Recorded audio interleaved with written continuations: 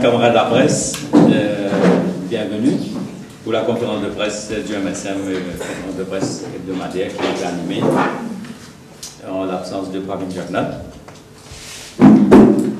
Bon, on va parler de trois sujets.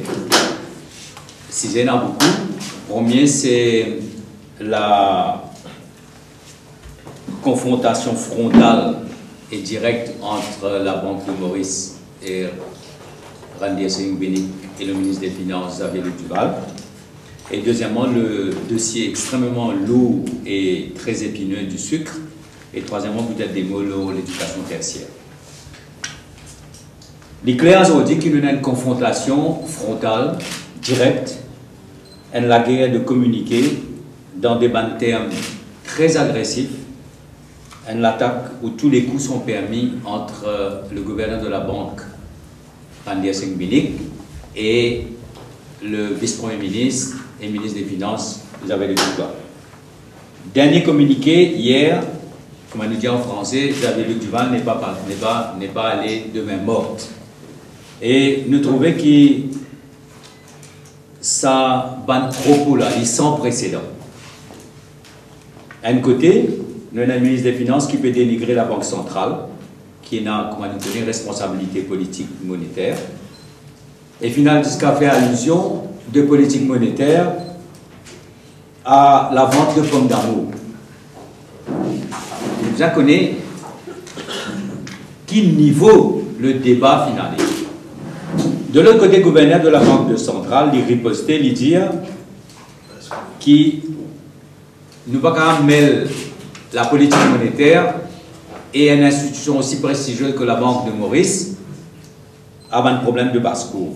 Donc c'est une guerre ouverte, n'a pas aucune collaboration, n'a pas aucune concertation, chacun est dans son propre agenda. Et nous connaissons qu'en 2007 et 2010, il y a une situation pareille, avec Ramazitanen comme ministre des Finances, et comme d'habitude, pour un ministre, les situations pourries, les situations détériorées,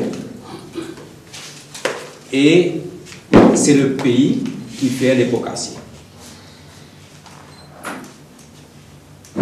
L'éclair, qui manière qui Bénic a pu agir, qu'il y ait quelque part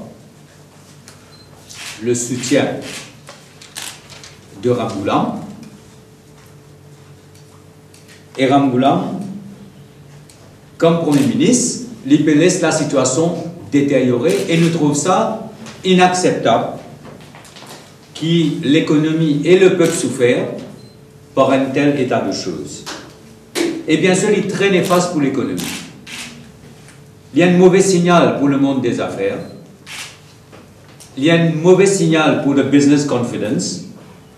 Et il porte atteinte à l'image de l'île Maurice comme une plateforme for business et comme un centre financier. Nous, un centre financier extrêmement important dans la région. Deuxièmement, nous, premiers pour business facilitation dans l'Afrique. Mais nous avons qu'à faire facilitation entre le ministre des Finances et le gouverneur de la Banque centrale. Mais c'est une situation extrêmement grave. En attendant, un indicateur économique confirmé que la situation peut mettre nous l'économie dans une situation économique vulnérable, investissement privé baissé, et une crise de confiance au sein de ban investisseurs. L'épargne nationale qui était 22% en 2005, il est 14% aujourd'hui. Le chômage, vous tout connaissez, il y a à peu près 10%. Et la dette publique, il dépasse des 100 millions, il arrive presque 220 milliards. D'ailleurs, c'est 60% du PIB. Et la pauvreté dans le pays, nous tout connaissons quelle est la situation, il y a à peu près 10% des ménages aujourd'hui qui ne peuvent pas joindre les découtes. Pouvoir d'achat fin baissé, augmentation, prix a pu faire beaucoup de dégâts. Alors là, même le représentant du Fonds monétaire international, Martin Petri, soulève la question le niveau d'endettement de l'île Maurice, quand il fait cause, external imbalances. De l'autre côté, déficit commercial, il peut atteindre 83 milliards. Dans ce contexte-là, nous trouvons une crise sans précédent, nous trouvons une bataille dans la bassesse, et il fait nous énormément de tort à nous image comme centre financier, comme pays qui voulait faire une business facilitation avec l'Afrique, avec l'Asie. Et bien sûr, au niveau de l'investissement, c'est clair qu'il y a un problème de leadership, de confiance, et c'est un problème grave qui peut continuer à empirer. Et moi, pas quoi qui, comment le dire en français, la hache de guerre finit enterrée. Au contraire, moi, je pense que la situation peut aggraver.